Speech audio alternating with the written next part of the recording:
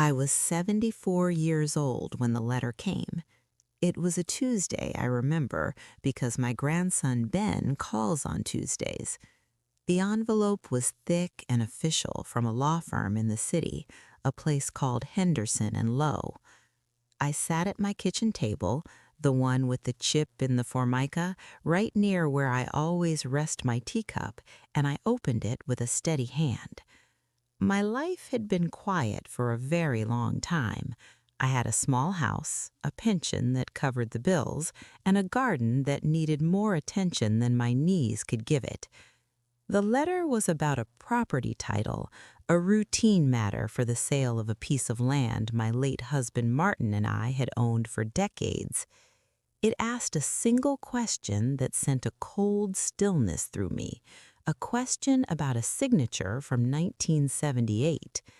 And just like that, a door I had sealed shut 40 years ago began to creak open on its own. Before I continue, I want to say something. Stories like this aren't rare, they just don't get talked about. If you've ever felt ignored, pushed aside, or hurt by the people you trusted most, you're not alone. Many people listening right now have lived something similar, and sometimes reading the comments helps more than we realize. If this story already feels familiar, you're welcome here. I need to tell you about the life I built before it was taken apart. I was born in 1949 in a farmhouse outside of Carbondale, Illinois. My father worked the land, and my mother kept the books for a local feed store. We weren't poor, but we knew the value of everything. I met Martin Doyle at a county fair in 1967. He was tall and quiet, with a smile that took its time. He wasn't like the other boys who talked too fast and promised too much. We married in the spring of 1970, a simple ceremony in my parents' backyard. We saved every penny. Martin worked as a machinist, and I kept books like my mother did for a trucking company. Our dream was land. Not a farm, but a good parcel of woods and meadow where we could build a home and maybe raise some horses. It took 8 years. 8 years of brown bag lunches and secondhand coats and saying no to vacations. In 1978, we put every dollar we had as a down payment on 40 acres of beautiful rolling land in the next county over. I can still smell the pine trees and feel the brittle grass under my feet that first day we walked it together. We owned it. It was the foundation of every plan we ever made. The betrayal did not come from a stranger. It came from my cousin Arthur. Arthur was more like a brother. We grew up together. His parents died young, and he spent more summers at our farm than at his own house. He was charming and quick-witted, everything Martin was not. Martin was solid ground, and Arthur was a fast-moving stream. Arthur went into real estate, and by the late 70s, he was doing very well. He wore sharp suits and drove a Cadillac. When we found our 40 acres, it was Arthur who handled the paperwork. He said it was his gift to us for our loyalty. He would waive all his fees. We were grateful. He was family. The signing was at his office. There were many papers. Martin and I trusted him completely. He pointed where to sign, and we signed. He poured us a glass of cheap champagne, and we toasted to our future. I remember the way the afternoon light came through his dusty blinds, and how he hugged me a little too tight when we left. A month later, the official deed arrived in the mail. I filed it away in our metal lockbox and didn't think to look at it again. We were too busy dreaming. We drew plans for our house on graph paper at the kitchen table. We walked the land every Sunday, naming the different groves of trees. That land was our future. The first warning sign was small. A year after we bought the land, Martin's machining plant announced it was closing. We were scared, but we had savings. We decided we would build a modest barn first, live in it temporarily, and get some animals to establish the property. We went to the bank for a construction loan. The loan officer, a kind man with glasses, kept looking at his papers and then at us. He asked us to wait and left the room. When he came back, his expression was apologetic. He said there was a problem with the title. Our application showed we only owned 20 acres, not 40. I laughed. I told him it was a mistake. I drove straight home and took the deed from the lockbox. My eyes scanned the legal description. It listed 20 acres. The parcel number was unfamiliar. I felt a dizziness, a disconnect. I called Arthur. His secretary said he was out of town. I left a message saying it was urgent. He came to our apartment 2 nights later with a bottle of wine and a concerned face. He explained it was a simple clerical error at the county recorder's office, a mix-up with parcel numbers. He said it happened all the time. He took the deed from my hands and said he would fix it personally. He told us not to worry. He was family. Martin believed him. Martin wanted to believe him. But something in Arthur's eyes that night, a flicker of haste when he tucked the deed into his coat pocket, made me go cold. I didn't sleep. A week passed, then 2. I called Arthur's office daily. He was always in a meeting or out showing property. The bank loan was stalled. Martin started to get angry with me for nagging Arthur. He said Arthur was busy and we had to trust him. The trust between Martin and me began to thin under the strain of waiting. And then the foreclosure notice came. It was addressed to us for a parcel we didn't recognize. It said the land was being seized for non-payment of a loan. We had taken no loan. We drove out to our land that very afternoon, the 40 acres. There was a surveyor's stake with a bright orange flag in the middle of the meadow and a man in a suit standing beside it. It was not Arthur. The man introduced himself as a representative for a development company. He asked us politely what we were doing on private property. Martin's face went pale. I held up our deed. The man looked at it and shook his head. He showed us his paperwork.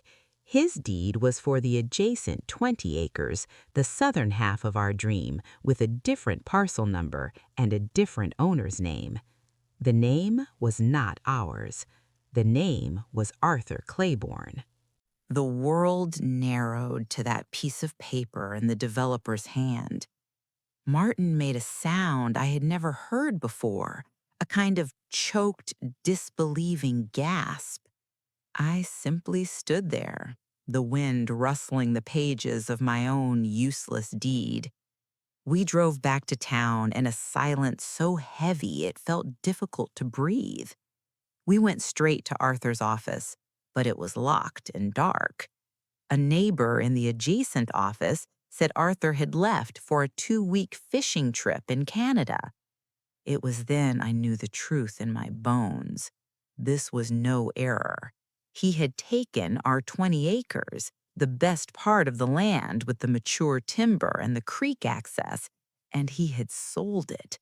He had used our money, our trust, our family bond to buy 40 acres, and then he had quietly carved off the most valuable half for himself. The confrontation, when he finally returned, was not the dramatic scene you might imagine. We met in his office again. This time he did not pour champagne. He spread his hands, and his face was a masterpiece of regretful confusion. He claimed the original seller had only been willing to part with the full 40 if Arthur's name was on part of the purchase. He said it was a complex deal he had tried to shield us from. He said the loan was a bridge loan he had taken out to facilitate it, and the foreclosure was a terrible misunderstanding he was fixing. He promised us he would make us whole. He looked me right in the eye and called me his favorite cousin. But the words were all wrong. They were too smooth and they arrived too quickly. Martin, a man who hated conflict, wanted desperately to believe the story. He wanted our life back, our plan, our peace. I looked at Arthur's expensive watch and his new leather chair, and I did not believe a single word. We hired a lawyer, a tired eyed man named Gerald. He reviewed everything and told us the hard truth. The paperwork was a labyrinth. Arthur had structured it all with careful legality. Our signatures were on documents we had not read, documents that gave him certain rights. To prove fraud would be expensive and uncertain and would pit us against a member of our own family in a public courtroom. The legal fees would swallow what little we had left. Gerald advised us to cut our losses. We could keep the 20 acres we still held title to, or we could sell them to pay the looming debts from the aborted construction loan. We were crushed, not just by the loss, but by the sheer mechanical efficiency of it. The public humiliation came softly. It came in the pitying looks at the grocery store. It came in the way friends would stop talking when we entered the diner. It was in the letter from the bank formally denying our loan due to title disputes. It was the quiet return of the building plans we had sent to the contractor. Our dream was not loudly stolen, it was quietly smothered under a blanket of legal paper and family shame. Arthur, of course, played the concerned relative publicly. He told people he was trying to help us untangle a bad investment. He offered to buy our remaining 20 acres at a fair price to help us out of our financial bind. The offer was an insult disguised as a lifeline. We did not sell the land to him. We held on to that scarred half of our dream for years, paying the taxes on it, a yearly ache, but we never built on it. The heart had gone out of it. The view from our 20 acres was of the land we had lost, now cleared and dotted with 2 large houses owned by strangers. Martin changed after that.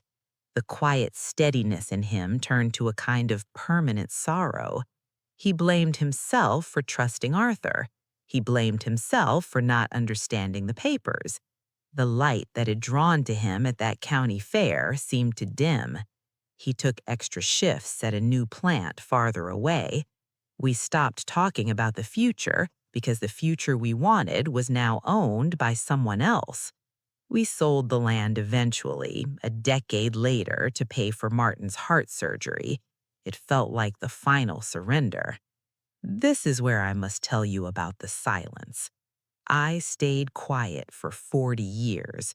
I did not go to family reunions. I sent polite regrets when invited. When my mother asked why we were distant with Arthur, I said we were busy. When Arthur's name came up in conversation, I found a reason to leave the room. It was not a dramatic feud. It was a cold, quiet removal. I saw him once at my aunt's funeral in 1995. He approached me, his face arranged in sympathy. He took my hand and said he was sorry for my loss. I looked at his hand, holding mine, and I simply said, "Thank you." Then I walked away. That was the last time I spoke to him. The silence was my fortress. Inside it, I nursed no hope for revenge. I simply carried the fact of what he had done. I carried it while I worked extra hours to help pay our bills. I carried it through Martin's illness and his passing in 2008. I carried it when I sold our house and moved into this small place. The silence was also my prison. It kept me from the relief of confession. It locked the story inside me where it festered into a lonely, bitter stone.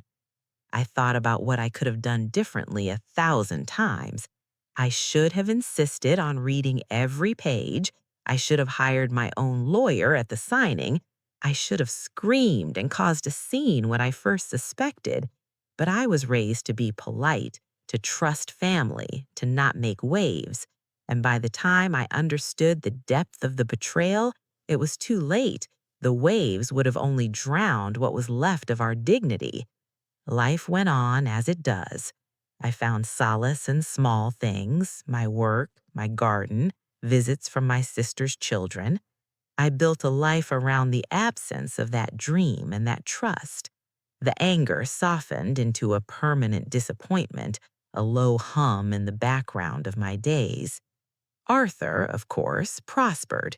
He developed more properties. He served on the town council. He was seen as a success story, a self-made man. I would read about him in the local paper and feel nothing but a cold, hollow recognition. He had built his kingdom on the foundation of our 40 acres, and no one knew it but me and Martin. And then Martin was gone. I accepted that some justice never arrives. I accepted that I would go to my grave holding this secret, not out of strength, but out of a lack of acceptable options.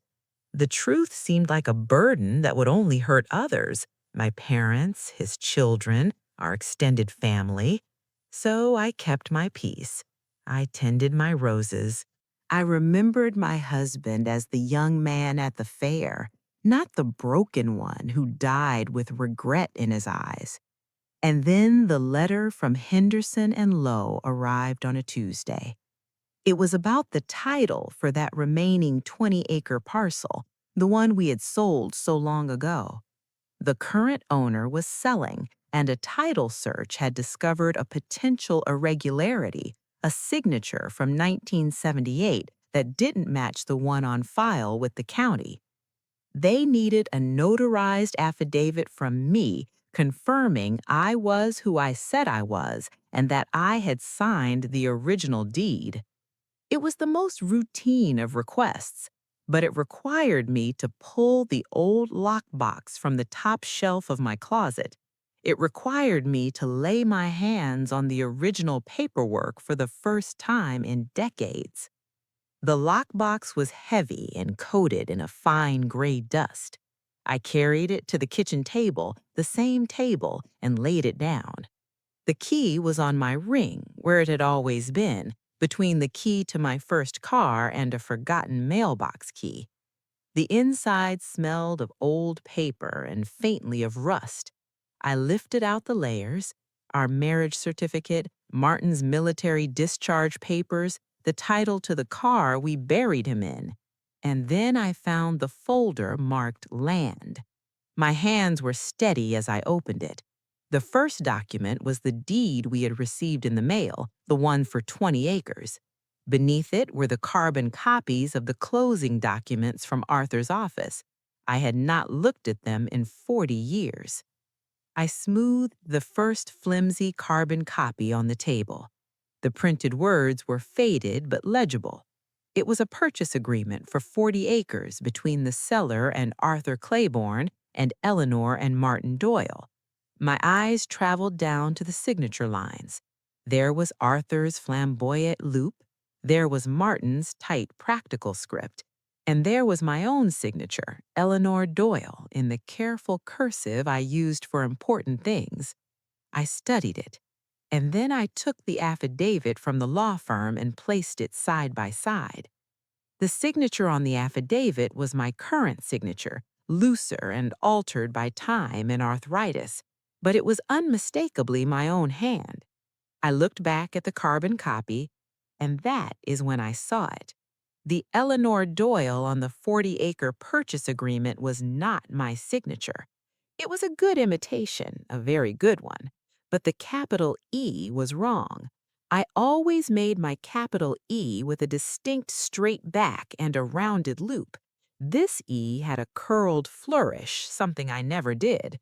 The slope of the letters was slightly more aggressive than my own.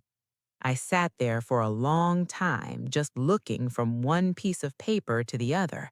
The hum of the refrigerator filled the kitchen. I had believed the betrayal was him carving off 20 acres for himself, but this was something else. This was forgery. He had not just taken land, he had put words in my mouth and a pen in my hand without my knowledge. He had created a version of me on paper to suit his scheme. A cold, clear fury rose in me then, Not a hot rage, but something solid and glacial. It was the fury of being erased, of being made a puppet in my own life story. I pulled every paper from the folder. There was the original deed we signed at his office. My signature there looked correct, but following the chain of paperwork was a maze of assignments and affidavits I barely understood. I realized I needed help, but not from a lawyer like Gerald who wanted to settle. I needed someone who could read the story these documents told. I did not call my children. I did not call my sister. This was my burden, and I would not lay it on them until I understood its full weight.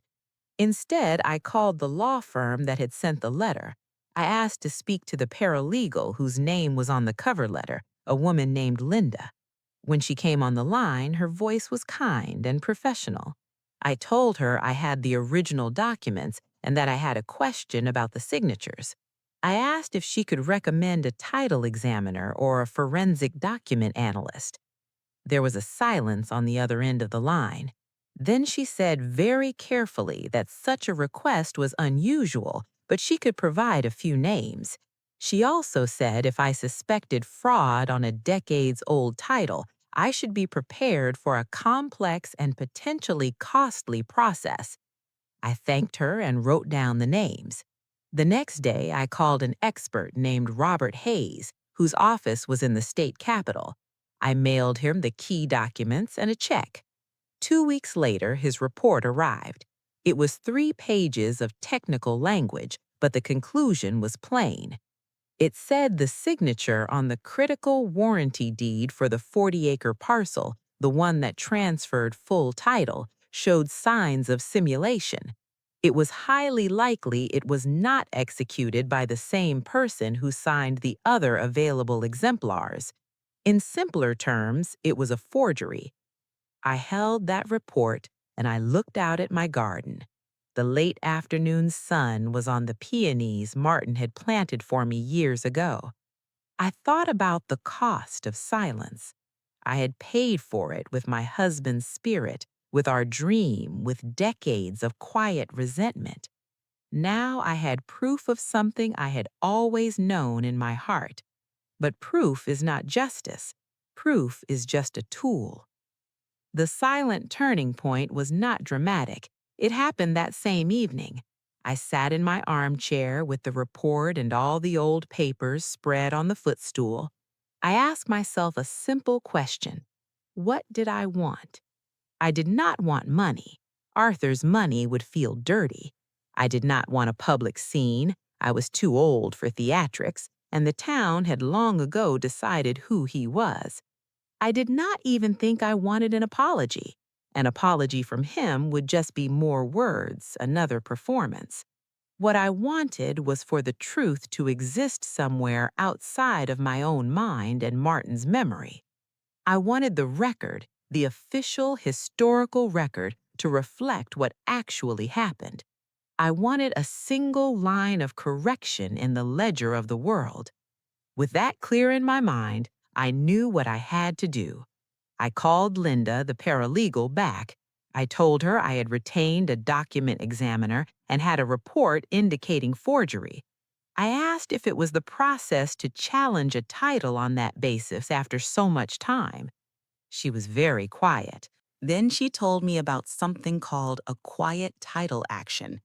It is a lawsuit, not to sue a person for damages, but to ask a court to declare the true owner of a property.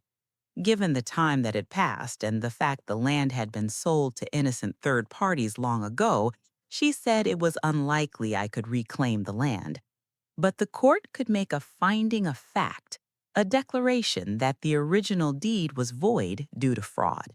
That finding would become part of the permanent chain of title. Anyone who ever looked up the history of that parcel would see it. I thanked her and hung up. A quiet title action. The name felt fitting. It was not a shout. It was a statement. It would force the truth into the open, not through accusations hurled at Arthur, but through the slow, impartial machinery of the law. It would require me to break my 40 years of silence in a courtroom, and it would inevitably drag Arthur's name through that same public record. I slept well that night for the first time in months. I had made a decision. I would speak.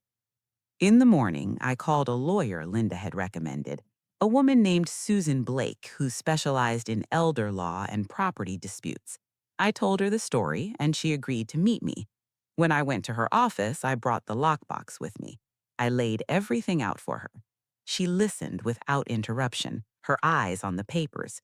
When I finished, she leaned back and said, "This will take time and it will stir things up. Are you prepared for that?" I looked her in the eye and I said, "I have had 40 years to prepare."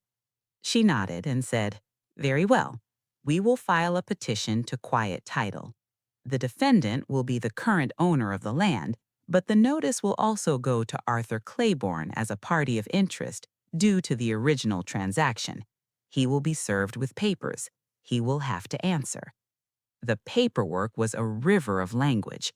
Susan explained each page to me in her quiet office. The petition was a simple document. In essence, it stated that Eleanor Doyle was the rightful owner of an interest in the property described as parcel number, and that the deed recorded in 1978 was void due to fraud in the execution. Seeing those words in black and white, fraud in the execution, made my breath catch. It was the truth given form and weight. Susan filed the papers with the court on a Friday afternoon. The process server, a young man with a serious face, found Arthur the following Tuesday at the country club. I know this because Arthur called me less than an hour later. My telephone rang and his name appeared on the caller ID, something that hadn't happened in decades. I let it ring 3 times, then I picked it up. "Eleanor," he said, and his voice was a strained mixture of bewilderment and anger. "What in God's name is this?" I told him he knew exactly what it was. There was a silence on the line. Then his tone changed. It became softer, pleading. "Ellie, that was a lifetime ago. We were all different people. This will only hurt the family." I told him the family had been hurt 40 years ago. He said he would make it right. He offered me money, a substantial sum. He said I could name the amount. I told him I did not want his money. I wanted the court to see the papers. He swore then, a sharp, frustrated curse. "You always were stubborn," he said. "You're going to drag our name through the mud for nothing." I replied it was not for nothing. And then I said, "Goodbye," and placed the receiver back in its cradle. The weeks that followed were a peculiar kind of stillness. I tended my garden. I had tea with my sister who had heard whispers but did not ask. I waited. Arthur, through his lawyer, filed a motion to dismiss. He claimed the statute of limitations had run out, that I had waited too long, that my silence itself was a form of consent. Susan prepared a counter-argument. She cited the discovery rule, that the clock does not start until the fraud is discovered or reasonably could have been discovered. She argued that I had only discovered the definitive evidence, the forged signature, when the title question forced me to obtain the expert analysis. A hearing was scheduled. The day of the hearing, I dressed with care, a simple navy dress. I wore the pearl necklace Martin had given me for our 25th anniversary. Susan met me at the courthouse steps. It was a modern building, all glass and steel, not the wood-paneled room I had imagined. We walked into the courtroom, and Arthur was already there with his lawyer. He looked older, of course, we both were. He had the carefully maintained appearance of a prosperous man, but his face was pale and his eyes would not meet mine. He stared straight ahead at the judge's empty bench. The hearing itself was not about the truth of the fraud, not yet. It was about whether the case could proceed at all. Arthur's lawyer, a man with a loud, confident voice, argued that I had slept on my rights for 40 years, that I had suspected wrongdoing decades ago and did nothing, that allowing this to continue was an injustice to his client who had relied on the stability of the title. When he finished, Susan stood. Her voice was calm and clear. She spoke not to the judge, but as if explaining something complex to a thoughtful friend. She said, this was not about sleeping on rights. It was about the power dynamics within a family. It was about a woman of a certain generation taught to trust and to be quiet.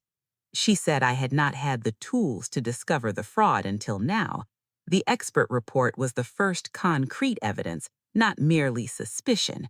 She placed the report and the side-by-side signatures on the clerk's desk. The judge, a woman with silver hair and sharp eyes, reviewed them in silence. She looked up at Arthur's lawyer. She asked if his client disputed the expert document examiner's findings. The lawyer shifted and said his client maintained all signatures were authentic, but he said that was a matter for trial. The judge then asked him if his client would be willing to provide a contemporaneous signature sample from 1978 for comparison. The lawyer said he would have to consult his client. The judge nodded. She denied the motion to dismiss. She said there were sufficient questions of material fact to allow the case to proceed to a bench trial. She scheduled it for 3 months hence. As we walked out of the courtroom, Arthur broke away from his lawyer and approached me. His face was a mask of controlled fury. "This is your last chance to drop this, Ellie," he whispered. "Don't make me destroy you on the stand." I looked at him, then really looked at him. I saw the fear beneath the anger. I saw the little boy who had lost his parents, but I also saw the man who had stolen from us. I said nothing. I simply turned and walked away with Susan. In the car, Susan told me the next phase would be discovery. We could request all of Arthur's records from the transaction. He would have to give a deposition under oath. She warned me he would likely attack my character, my memory, my motives. "He will say you are a bitter old woman," she said. "Are you prepared for that?" I looked out the car window at the town passing by, the places that held the memories of my life with Martin. I told her I had been called worse things in the silence of my own mind. Let him say what he needs to say. The documents will speak for themselves. The deposition was set for a lawyer's office in the city. I did not attend. Susan went and reported back to me. She said Arthur was defiant at first.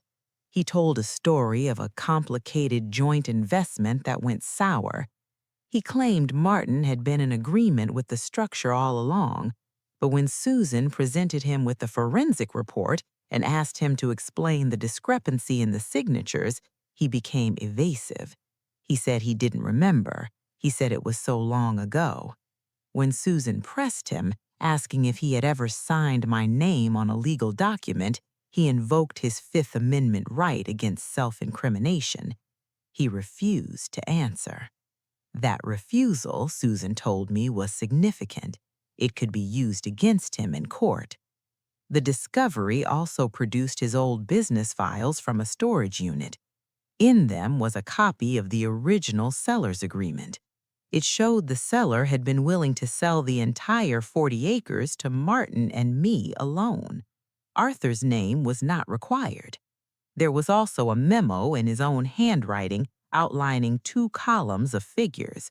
One column showed the profit from selling 20 acres quickly to the developer. The other column showed a lower figure from holding the land with us.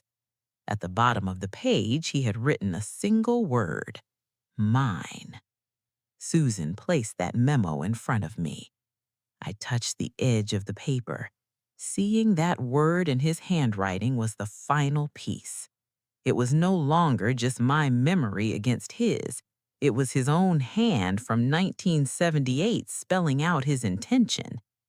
I felt no triumph, only a deep, weary sadness for the young couple we had been, for the family bond he had shredded for profit, and for the decades of silence that had grown like weeds over the truth.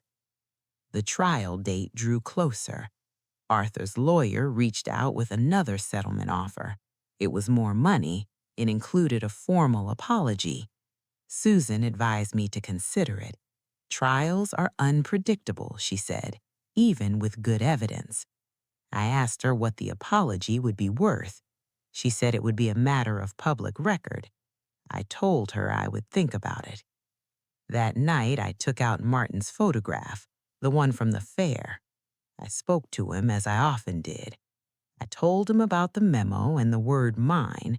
I said I believed the truth was about to have its day, and then I knew what I had to do. I told Susan I would not settle. We would go to trial. The morning of the trial was overcast. A soft gray light filled the courtroom. It was a different judge this time, an older man with a tired but attentive face. The gallery was not empty. My sister was there in the back row. Arthur's wife and his two grown sons sat behind him. I did not look at them. I kept my eyes forward, my hands folded in my lap around Martin's pearl necklace.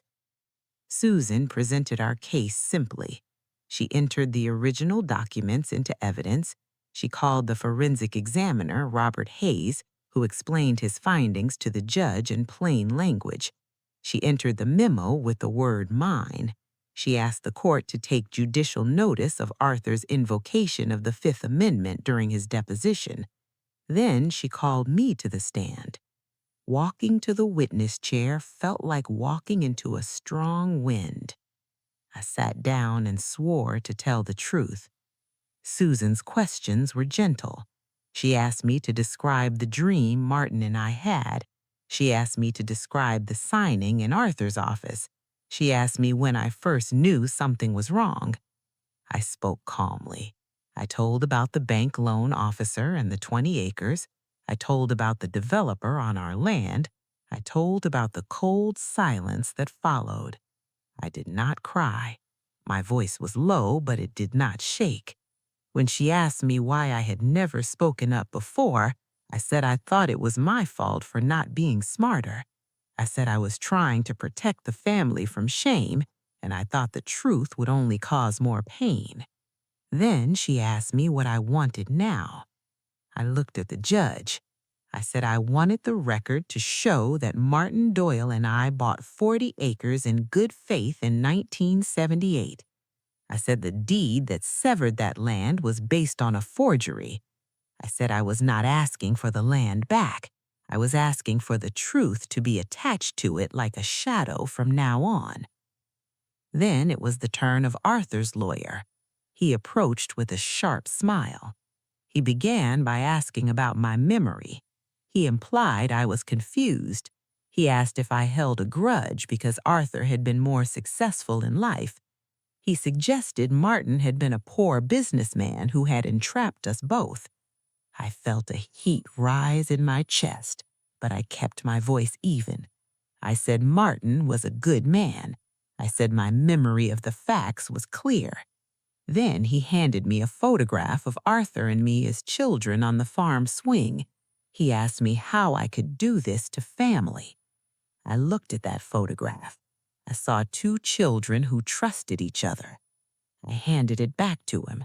I said I was not doing anything to family.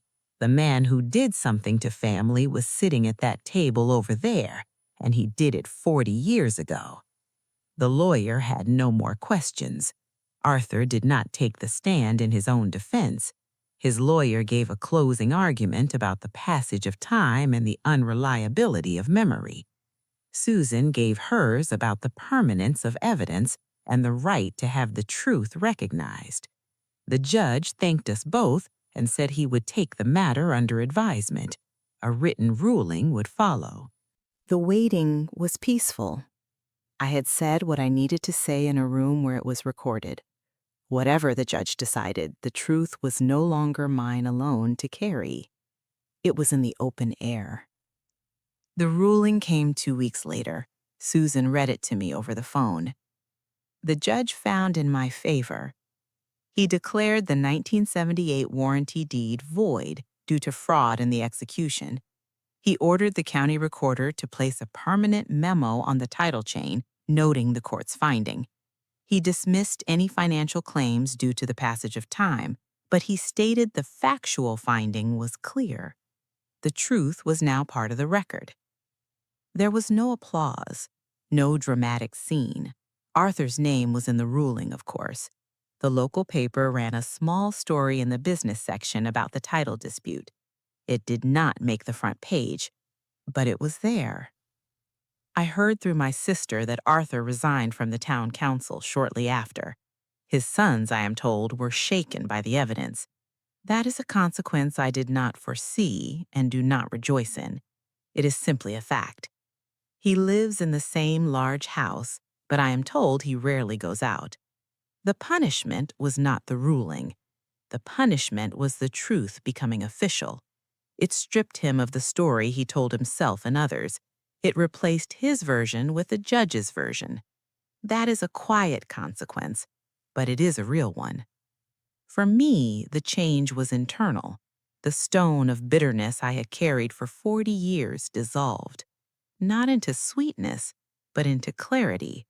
I had done what I could. I had spoken for Martin and for the young woman I was. I had not sought revenge. I had sought a correction. My dignity was not in winning, but in having finally refused to be an accomplice to the lie.